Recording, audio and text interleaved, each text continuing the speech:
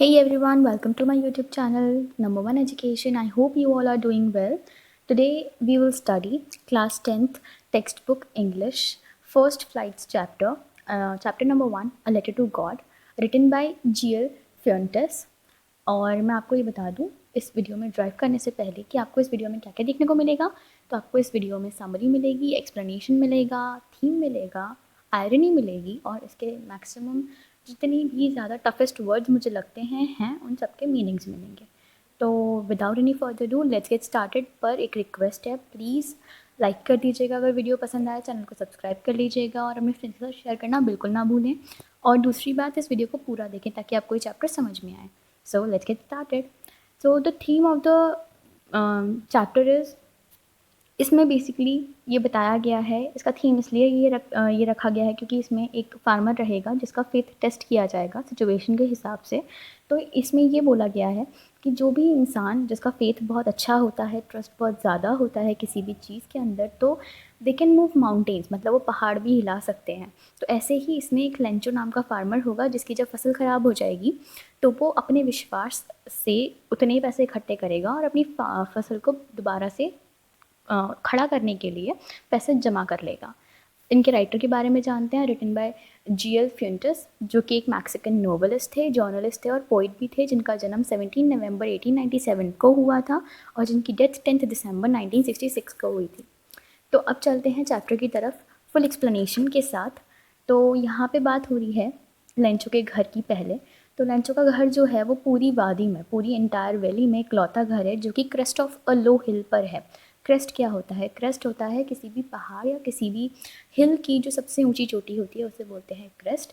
और उस ऊंचाई से आप उस पूरी वादी की रिवर, फील्ड, जहाँ पे भुट्टे उगते थे वो सब देख सकते थे। और वहाँ पे जो भुट्टों का खेत था उसमें इतने सारे फ्लावर्स ब्लूम किए हुए थे कि वो अलग से दर्शा रहा था कि कितनी अच्छी खेती हर बार होती होगी। पर उस दिन जो हमारी मदर अर्थ चाहती थी वो ये चाहती थी कि एक डाउनपोर हो। Now what is downpour? Downpour मतलब हेवी रेन, ज़ोरदार बारिश। और अगर ये ना हो तो एटलीस्ट हल्की फुल्की छोटी मोटी बूंदाबांदी तो हो ही जाए। पूरी दिन लेंचो बस यही सोचता रहता है कि उसकी जो फसल है, उसका जो खेत है वो कितना सुंदर लग रहा है। और उसने उस दिन पूरे दिन कुछ नहीं किया, बस आसमान को निहारता रहा और नॉर्थ ईस्ट के बादलों को देखता रहा। वो अपने पास बैठी अपनी वाइफ से, जो कि एक डिश बना रही होती है जिसका नाम होता है सुपर, उनसे कहता है कि आज हमें पक्का कुछ पानी तो मिलेगा। तो उनकी वाइफ बोलती है कि हाँ, अगर भगवान ने चाहा तो। अब जो लेंचो था उसके कुछ बड़े बेटे थे और कुछ छोटे बेटे थे। जितने भी बड़े बेटे थे वो सब फील्ड में काम कर रहे थे, मतलब खेत में काम कर रहे थे, और जितने भी छोटे बेटे थे वो सब खेल रहे थे। तो वाइफ उन सबको एड्रेस करती है और बुलाती है कि चलो आ जाओ, खाना खा लो। जब वो लोग खाना खा रहे होते हैं तो खाना खाने के दौरान बिल्कुल वैसा ही होता है जैसा कि लेंचो ने प्रिडिक्ट किया था। प्रिडिक्शन मतलब कुछ भी होने से पहले अनुमान लगा लेना, उसे हम प्रिडिक्शन बोलते हैं। तो लेंचो ने जैसा प्रिडिक्ट किया था, खाना खाते वक्त बड़ी बड़ी बूंदें, बारिश की बड़ी बड़ी बूंदें गिरने लगीं। और देखते ही देखते नॉर्थ ईस्ट की तरफ से बहुत बड़ा बादलों का पहाड़ आता हुआ दिखाई दिया। अब हवा जो थी वो बहुत ताज़ी चल रही थी, बहुत अच्छी चल रही थी। और लेंचो बाहर आता है, किसी और रीज़न से नहीं आता, अपनी फील्ड देखने नहीं आता, बारिश देखने नहीं आता, वो सिर्फ प्लेजर लेने आता है। प्लेजर क्या होता है? सेंस ऑफ हैप्पीनेस और जॉय। जब आप किसी चीज़ को लेकर के अच्छा महसूस करते हो तो उसे प्लेजर बोलते हैं। तो वो वहाँ पे प्लेजर लेने आता है बारिश का, उसका लुत्फ़ उठाने आता है। और जब वो लौटता है तो पता नहीं उसे एकदम से क्या हो जाता है, वो चिल्ला कर के बोलता है, अरे ये बारिश की बूंदें नहीं हैं, ये आसमान से बारिश नहीं गिर रही है, ये नए सिक्के गिर रहे हैं। जो बड़ी ड्रॉप्स हैं, जो बड़ी बूंदें हैं वो 10 सेंट पाइसीज़ हैं और जो छोटी बूंदें हैं वो 5 सेंट पाइसीज़ हैं। फिर उसके बाद उसके चेहरे पर एक सेटिस्फैक्शन होता है, एक ऐसा एक्सप्रेशन होता है, एक्सप्रेशन तो आप सब जानते ही हैं, हाव भाव। एक ऐसा एक्सप्रेशन होता है जो सेटिस्फैक्शन दिखाता है कि वो कितना ज़्यादा फुलफिल महसूस कर रहा है और अपनी पूरी खेती की तरफ देखता है। और उसे लगता है कि कितने सुंदर लग रहे हैं उसके फ्लावर्स भीगते हुए, और ऐसा लग रहा होता है, वो दृश्य ऐसा लग रहा होता है उसे देखने में कि जो उसकी पूरी खेत है उसके ऊपर एक पर्दा गिरा हुआ है बारिश का। पर देखते ही देखते चीज़ें ख़राब होना शुरू हो जाती हैं। बहुत तेज़ बारिश आना शुरू हो जाती है और बारिश के साथ साथ ओले पड़ना शुरू हो जाते हैं। हिल स्टोन्स का मतलब ओले ही होता है। ओले पड़ना शुरू हो जाते हैं, बहुत तेज़ हवा चलना शुरू हो जाती है और सब कुछ एकदम से ख़राब होना शुरू हो जाता है। पर ये जो ओले गिर रहे होते हैं ना, इन्हें देख के कोई भी ये कह सकता है कि ये सिल्वर कॉइन्स जैसे लग रहे होते हैं। ये ओले लग ही नहीं रहे होते, ये बारिश की बूंदें लग ही नहीं रही होती। तो जितने भी उसके बेटे होते हैं वो सब भागते हैं बारिश में उन सारे जमे हुए मोती जैसे दिखने वाले ओलों को उठाने के लिए। फ्रोज़न पर्ल्स का मतलब होता है जमे हुए मोती, ठीक है। अब क्या होता है कि उन बच्चों को तो थोड़ा सा मज़ा आ रहा था उस वक्त, बट लेंचो टेंशन में आ जाता है। लेंचो को लगता है कि ये सब ख़राब हुए जा रहा है, ये कब पास होगा। तो वो एक ही उम्मीद कर रहा होता है कि भगवान मेरी मदद करेंगे और मेरी फसल ख़राब नहीं होगी, ये जल्दी जल्दी ही ये तूफ़ान पास हो जाएगा। पर ऐसा नहीं होता है, तूफ़ान लंबे समय तक चलता रहता है। लेंचो को बिल्कुल उम्मीद नहीं होती है इसकी जो होने वाला है, पर वो हो चुका होता है। 1 घंटे तक बारिश होती रहती है, हेलस्टोन्स चलती रहती हैं, पूरे घर पे, पूरी वादी में, उसकी फील्ड में ये सब चल रहा होता है। और देखते ही देखते 1 घंटे बाद ऐसा लगता है कि उसकी जो पूरी फील्ड है वो खाली हो गई है, सफ़ेद हो गई है, और ऐसा लग रहा था जैसे किसी ने नमक बिछा दिया हो उस पर। और जब लेंचो निगाह घुमाता है पूरी वादी में तो वो ये देखता है कि किसी भी पेड़ पर एक पत्ता भी नहीं बचा है, किसी कॉर्न फील्ड में एक कॉर्न नहीं बचा है जो ख़राब ना हुआ हो। सारे फूल झड़ चुके हैं। और अब उसकी जो अंदर से जो उसका मन है, जो उसकी आत्मा है ना, वो बहुत रो रही है, वो दुखी है कि ये क्या हुआ, मतलब मेरी तो सब कुछ, ये जितनी भी मेहनत थी वो सब ख़राब हो गई, मेरी फसल ख़राब हो गई। अब क्या होता है कि स्टॉर्म तो जा चुकी है और लेंचो आता है अपने बेटों के साथ फील्ड में खड़ा होता है और कहता है कि अगर प्लैग ऑफ लॉक्टिस भी आते, प्लैग ऑफ लॉक्टिस का मतलब होता है ग्रास हॉपर्स यानी कि टिड्डों का अटैक, जब वो फसल पे अटैक करते हैं, तो अगर वो भी आते, उनका भी अटैक होता, तो वो इससे ज़्यादा छोड़ कर के जाते। और इस हेल ने, मतलब इस ओलाबारी ने तो मेरे लिए कुछ भी नहीं छोड़ा। इस ईयर तो हमारे पास कॉर्न भी खाने को नहीं होगा। और उस दिन उस घर की वो सबसे ज़्यादा दुखमयी रात होती है। सारा जो वर्क होता है वो बेकार हो जाता है। तो लेंचो को बिल्कुल उम्मीद नहीं होती है कि उसके साथ ये होगा, और वो बस एक ही बात सोच रहा होता है कि मेरी हेल्प करने के लिए कोई नहीं है और इस साल तो हम भूखे ही रह जाएंगे।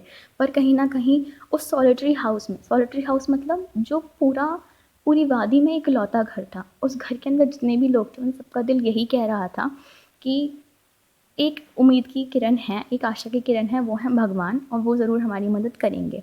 तो सब एक दूसरे को हिम्मत बंधाते हैं, जैसे कि फैमिली में होता है कि तुम निराश मत हो, सब अच्छा होगा। ऐसे ही सब लोग एक दूसरे से कहते हैं कि माना सब कुछ ख़राब हो चुका है, सब कुछ ख़त्म दिख रहा है, पर फिर भी एक बार ध्यान रखो कि भगवान किसी को भी भूख से नहीं मरने देते।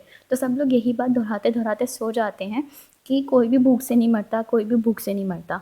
पर पूरी रात लेंचो, क्योंकि वो बहुत परेशान था, ओनली अर्नर था अपनी फैमिली के लिए, वो बहुत परेशान होता है और वो बस यही सोचता रहता है कि क्या भगवान मेरी मदद करेंगे, क्या वो मेरी हेल्प के लिए आएंगे या किसी को भेजेंगे। और देखते ही देखते पूरी रात गुजर जाती है और वो बस सीलिंग को ही देखता रहता है और यही सोचता रहता है कि सर आज तक क्या अच्छा हुआ है और क्या बुरा हुआ है।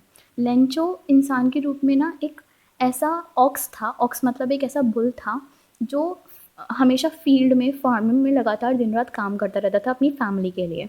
तो वो सोचता है कि इस बार, इस संडे को वो डे ब्रेक लेगा और एक लेटर लिखेगा जो भगवान को लिखेगा, और वो खुद इसे शहर लेकर जाएगा, मेल बॉक्स में डालेगा, और ताकि वो लेटर गॉड तक पहुंचे और गॉड उसकी हेल्प करे। ऐसा ही होता है। वो लेटर लिखता है, गॉड, अगर आपने मेरी मदद नहीं की तो मैं और मेरा परिवार भूख से मर जाएंगे।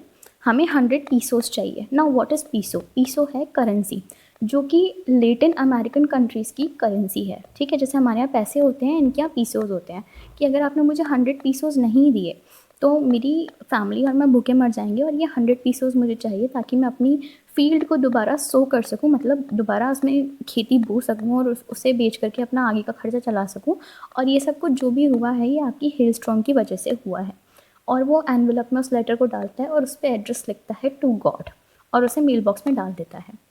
और क्या होता है उसके बाद, जो पोस्ट ऑफिस में जो पोस्टमैन होता है वो वहाँ का एम्प्लॉय होता है।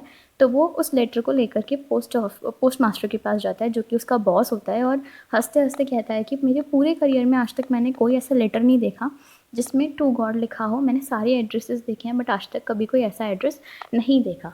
पोस्ट मास्टर कैसा लगता है, बेसिकली उसका कैरेक्टर क्या है? पोस्ट मास्टर जो होता है वो थोड़ा मोटा सा और एमिएबल होता है। एमिएबल का मतलब होता है जो व्यवहार में फ्रेंडली हो और बहुत नाइसली सबसे बात करे। तो जो पोस्ट मास्टर होता है ना वो बहुत फ्रेंडली और एमिएबल टाइप का होता है, नाइस टाइप का होता है। और इस लेटर को देख के वो भी बहुत ज़ोर ज़ोर से हंसने लगता है। हंसते हंसते पता नहीं उसे क्या सोचता है और एकदम वो सीरियस हो जाता है और ज़ोर से उस लेटर को टेबल पर रखते हुए बोलता है कि मानना पड़ेगा, ये जो विश्वास है इस इंसान का ये बहुत ज़्यादा है। मैं ये सोच रहा हूँ काश मेरा भी करस्पॉन्डेंस गॉड के साथ ऐसा ही होता। करस्पॉन्डेंस का मतलब होता है कनेक्शन। तो वो सोचता है कि जिस भी इंसान ने लेटर लिखा है इसका कनेक्शन बहुत स्ट्रॉन्ग है, काश ऐसा ही मेरा भी कनेक्शन गॉड से होता। तो वो चाहता है कि इस इंसान का जो विश्वास है ये टूटे ना। तो वो डिसाइड करता है कि हम सब इसकी हेल्प करेंगे, हम एक काम कर सकते हैं, हम भगवान तक तो ये लेटर नहीं पहुंचा सकते बट इसका जवाब ज़रूर इसको दे सकते हैं ताकि इसको विश्वास हो जाए कि भगवान होते हैं। तो वो जब उसे खोलते हैं तो उन्हें पता चलता है, एक एविडेंस मिलता है, एविडेंस मतलब प्रूफ, एक प्रूफ मिलता है कि सिर्फ पेपर और इंक की ज़रूरत नहीं होगी, इसके लिए उनकी गुडविल लगेगी। गुडविल मतलब पैसे लगेंगे। तो वो अब अपने रिजोल्यूशन पे तो अडल थे। रिजोल्यूशन मतलब जब आप किसी चीज़ के लिए फर्म डिसीजन ले लेते हो, तो वो ये सोचते हैं कि मैंने रिजोल्यूशन लिया है, मैंने कुछ डिसाइड करा है, ये काम मुझे करना है तो ये मैं करूँगा। तो वो क्या सोचते हैं कि 100 पीसेस तो बहुत बड़ी रकम हो गई, हम उतना नहीं लगा पाएंगे पर हम मोर देन हाफ कर देंगे, मतलब 60-70 पीसेस हम कलेक्ट करेंगे। तो वो क्या करते हैं, अपनी सैलरी में से थोड़ा सा पैसा देते हैं, उनके साथ जो एम्प्लॉयज़ होते हैं वो थोड़ा पैसा देते हैं, और वो अपने फ्रेंड्स को कहते हैं कि चैरिटी करो। चैरिटी हमें पता है, किसी की हेल्प करने को चैरिटी बोलते हैं, तो वो करो। वो क्या करते हैं, सारे पैसे इकट्ठे करते हैं और उसे एक एनवलप में डालते हैं और उस एनवलप पे साइन कर देते हैं गॉड। उसी संडे को लंच को वहाँ बुलाया जाता है, पर जिस टाइम पे लंच को वहाँ बुलाया जाता है वो उससे जल्दी पहुँच जाता है, ज़्यादा जल्दी पहुँच जाता है, और वहाँ पे जाकर के पूछता है कि मेरे लिए लेटर आया होगा। तो पोस्टमैन जो है वो खुद उसे वो लेटर हैंड ओवर करता है, और दूर बैठा पोस्टमास्टर ये सब कुछ देख रहा होता है क्योंकि वो चाहता है कि वो लंचो के फेस पे वो खुशी देखे। पर ऐसा नहीं होता, लंचो बिल्कुल भी खुश नहीं होता और बिल्कुल भी सरप्राइज़ नहीं होता। ऐसा लगता है जैसे पता नहीं उसे कितना कॉन्फिडेंस था जब वो पैसे देखेगा कि आया, हाँ मुझे पता था ये तो आने ही हैं। तो वो जब एनवलप खोलता है बहुत कॉन्फिडेंस से एनवलप खोलता है, लेकिन जब पैसे गिनता है तो नाराज़ हो जाता है और कहता है कि पहली चीज़ तो आप भगवान हो तो आपसे ये गलती हो नहीं सकती, दूसरी चीज़ आपने ऐसा क्यों करा, मैंने आपसे 100 पीसेस मांगे थे, ये सिर्फ 70 पीसेस हैं। वो जल्दी जल्दी विंडो पे जाता है, वहाँ से पेपर और इंक लेता है, पब्लिक राइटिंग टेबल पे बैठ कर के लिखना स्टार्ट करता है और अपने फेस पे एक अजीब सा एक्सप्रेशन ले आता है। और लिखते लिखते पता नहीं वो लेटर फिनिश करने के बाद सीधे विंडो पे जाता है, वहाँ से एक स्टैम्प खरीदता है और उसे अपने सलाइवा से चिपका देता है। सलाइवा मतलब थूक, उससे चिपका देता है लेटर पे, ठीक है ना। और उसे अपनी फिस्ट से एकदम से स्ट्रॉन्ग करता है उस स्टैम्प को ताकि वो निकल ना जाए, और उसे मेल बॉक्स में डाल देता है। पोस्ट मास्टर उसके बाहर निकलते ही लेटर को बाहर निकालता है मेल बॉक्स से और पढ़ता है, तो उसमें ये लिखा होता है कि भगवान, जितना मनी मैंने आपसे मांगा था उसमें से आपने मुझे सिर्फ 70 पीसेस ही भेजे हैं। मतलब आपने भेजे हैं या मुझ तक पहुँचे हैं ये बात मुझे नहीं मालूम, पर मुझे 70 पीसेस ही मिले हैं।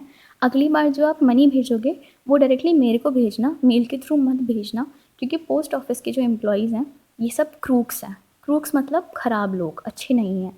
तो यहाँ तो चैप्टर फिनिश हो जाता है, बट यहाँ से आयरनी जो इस चैप्टर की है वो ये है कि no matter how good you do to someone, at the end of the day you have to face the consequences.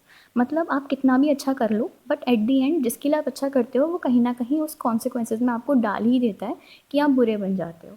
तो जो हमने आज तक कहावत सुनी है कि भलाई का तो ज़माना ही नहीं है, वो इस चैप्टर में कहीं ना कहीं प्रूफ होती है। यहाँ चैप्टर का दी एंड होता है गाइज। आई होप आपको समझ में आया होगा, आपको अच्छा लगा होगा। जैसा भी लगा please do comment down below. Thank you for watching. Do like the video, share the best part you like about the story, share it with your friends, and subscribe to my channel for further more chapter explanations. I will keep on posting. Thank you so much.